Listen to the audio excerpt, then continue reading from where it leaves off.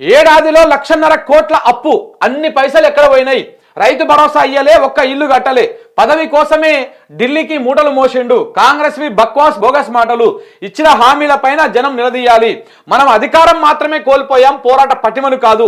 తెలంగాణ భవన్లో కేటీఆర్ మాట్లాడిన మాటలు నిజంగా కూడా 1,50,000 కోట్లు తెచ్చి ఏం చేసిర్రు? ఇప్పుడు ₹1 ₹2 కాదు, నేను మళ్ళా కూడా చెప్తా సేమ్ లెక్కలు.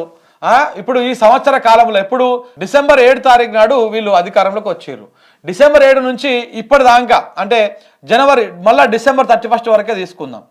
డిసెంబర్ 31 2024 వరకే తీసుకుంటే ఇప్పటికే 1,38,117 కోట్ల అప్పు తెచ్చిపెట్టారు. ఏది ఈ సంవత్సరం వరకే. దీంతో పాటు ఇంకా ఇప్పుడు మనకు ఫైనాన్షియల్ ఇయర్ కంప్లీట్ కావాలంటే నెక్స్ట్ జనవరి, ఫిబ్రవరి, మార్చ్, ఏప్రిల్లో మళ్ళా కొత్త ఫైనాన్షియల్ ఇయర్ స్టార్ట్ అవుతుంది. అంటే ఈ 3 నెలలకు సరిపడా చివరి త్రైమాసికంలో మరొక 30,000 కోట్లు తేవాలని. దీంతో పాటు హెచ్ఎండిఏ ప్లస్ హైదరాబాద్ డెవలప్మెంట్ కోసం మరొక 10,000 కోట్లు ప్రైవేట్ ఫైనాన్స్ సంస్థల నుంచి తేవాలనేది ఒక ప్రతిపాదన. అంటే ఇక్కడికే ఎంత అయితే ఉన్నది, ఈ ఫైనాన్షియల్ ఇయర్ అయిపోయేసరికి 1,68,117 కోట్లు అప్పు ఇదైతా ఉన్నది. దాంతోపాటు ప్లస్ ఈ 10,000 కోట్లు హైదరాబాద్ కోసం తెస్తా అని చెప్పేసి మళ్ళీ ఇంకొక ప్రయత్నం చేస్తూ ఉన్నారు. అంటే 1,78,117 కోట్ల రూపాయల అప్పు ఈ మార్చి నాటికి అయిపోతుంది రాష్ట్రం చేసినటువంటి అప్పు. మరి ఇంత అప్పు చేసినటువంటి వాళ్ళు ఒక రైతు భరోసా ఇవ్వకపోయారు, పైకెళ్ళి 2 సార్లు ఎగ్గొట్టిరి. ముసలోళ్ళ పింఛను ఇవ్వకపోయారు. ఎంత 2,000 పింఛను 4,000 చేస్తా ఉన్నారు. 2,000 కూడా అతి గతి లేదు, ఎప్పుడో ఆడు ఇచ్చినప్పుడే తీసుకోవాల్సి వస్తుంది, ఆ పరిస్థితి ఉన్నది.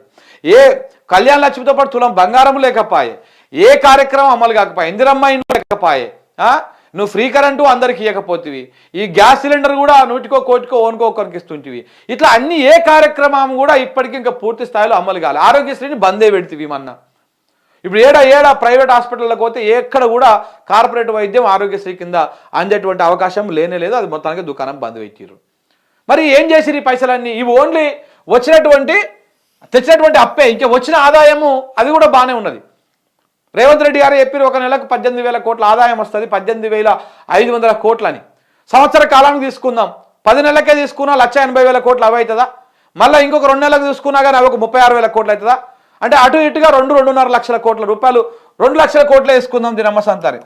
2 లక్షల కోట్లు వేసుకుంటే ఎంత అవుతుంది? ఇది అది కలిపితే దగ్గర 3,78,000 కోట్లు మరి ఇట్లా అప్పు రూపంలో ఆందాన్ రూపంలో వచ్చినాయి పైసలని ఈ ఏడాది కాలంలో. మరి ఆ పైసలన్నీ ఎక్కడ పోయినాయి రేవంత్ రెడ్డి గారు అంటే సమాధానం ఉండదు. మళ్ళా మా గల్లపెట్టల పైసలు లేవు అని చెప్పేసి మళ్ళా మాటలు మాట్లాడతాం. మరి ఈ పైసలన్నీ ఎక్కడ పోయినాయి, ఎవడు తిన్నాడు? నిన్న ఇదే అంశాన్ని కేటీఆర్ కూడా తెలంగాణ భవన్లో మాట్లాడడం జరిగింది. నిజంగా కూడా వాస్తవమే కదా. మరి 1,68,000 కోట్ల రూపాయలు ఎక్కడ పోయినాయి?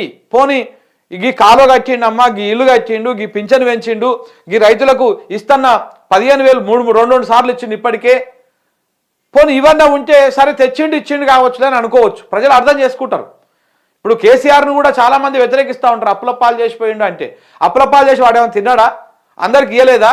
అప్పు తెచ్చాడు సప్పు తెచ్చిందో తెలియదు కానీ రైతులకు మాత్రం ఇబ్బంది రానియలేదు అనేటువంటి మాట రైతులు మాట్లాడుతూ ఉంటారు ఊళ్ళలో అక్కడక్కడ. ఎందుకు మాట్లాడతారు? ఆయన ఏం చేసిండో, గాడిదైండో బూడిదైండో, తిన్నడో పన్నడో ఏమైందో తెలియదు కానీ ఆయన మాత్రము ముసలోళ్లకు టైంకి పైసలు ఇచ్చిండు, రైతులకు రైతు బంధు ఇచ్చిండు, కరెంటు ఎక్కడ కూడా ఇబ్బంది లేకుండా ఇచ్చిండు, ప్రజా సంక్షేమంలో ఏ రకమైనటువంటి లోటుపాటు లేకుండా చూసుకున్నాడు అనేటువంటి మాట ఊళ్ళ గ్రామ స్థాయిలో మాట్లాడుకుంటుంటారు. ఇప్పుడు ఎందుకు మాట్లాడుకుంటారు? ఈ అప్పులు ఇవన్నీ పెద్దగా పట్టించుకోరు. ఒకవేళ నువ్వు ఇంత అప్పు చేస్తావు సార్, ఎందుకంటే ఆయన ఇచ్చారు కాబట్టి ఆ గురించి అట్లా మాట్లాడుకుంటారు. నువ్వు కూడా అప్పు చేయడానికి తప్పు పట్టట్లేదు ఎవరు కూడా.